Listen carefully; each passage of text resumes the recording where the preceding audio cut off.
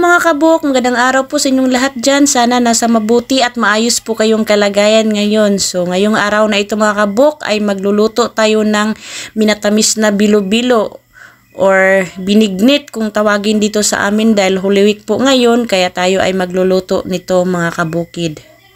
Ito na lahat ng ating sangkap mga kabukid. Yang pula na yan mga kabuk ay tinatawag namin ditong landang. Hindi ko alam kung anong tawag sa inyo. At meron din tayo ditong sago. Makukulay na sago. At syempre ang ating makukulay din na bilo-bilo. Ayan, kulay violet at saka puti. At ang ating mga sangkap na kamuti at saka gabi. Yung kamuti natin ay colorful din. May yellow at may violet. Meron din tayong saging na saba. At ang ating gata mga kabukid. Yan, may dalawa po yan. Yung isa ay pangalawang piga po na gata. Dahil yun ang una nating ilagay dyan mga kabuk. At isasabay natin yung tinatawag naming landang. Yan po, landang. Hindi ko alam kung anong tawag sa inyo dyan mga kabukid. Landang po ang tawag sa amin yan. Yan ang magbibigay kulay sa aming gagawing ginataang bilo-bilo. At isinalang ko na aking malaking kaldero mga kabuk. Gagamit tayo ng panggatong mga kabuk para tayo makatipid sa gas. So dito tayo magluluto.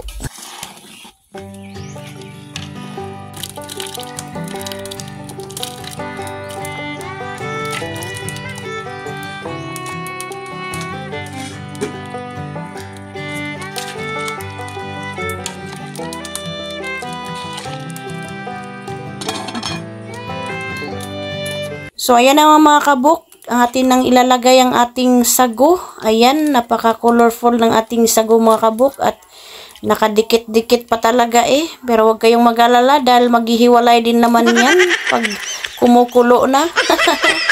Atin lang pong halo-haloin.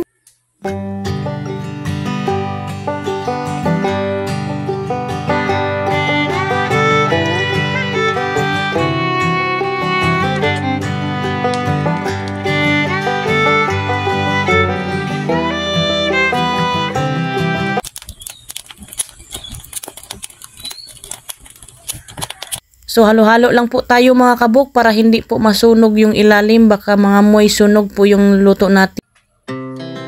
Our hearts beat to the city streets.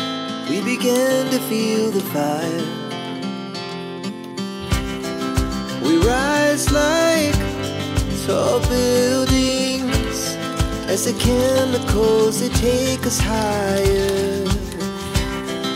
The night's young, and it's just begun as she puts her hand in mine.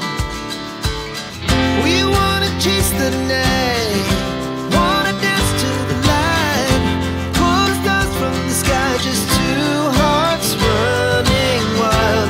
Never sleep, never stop, as we shout from the top. We're gonna be two hearts running wild.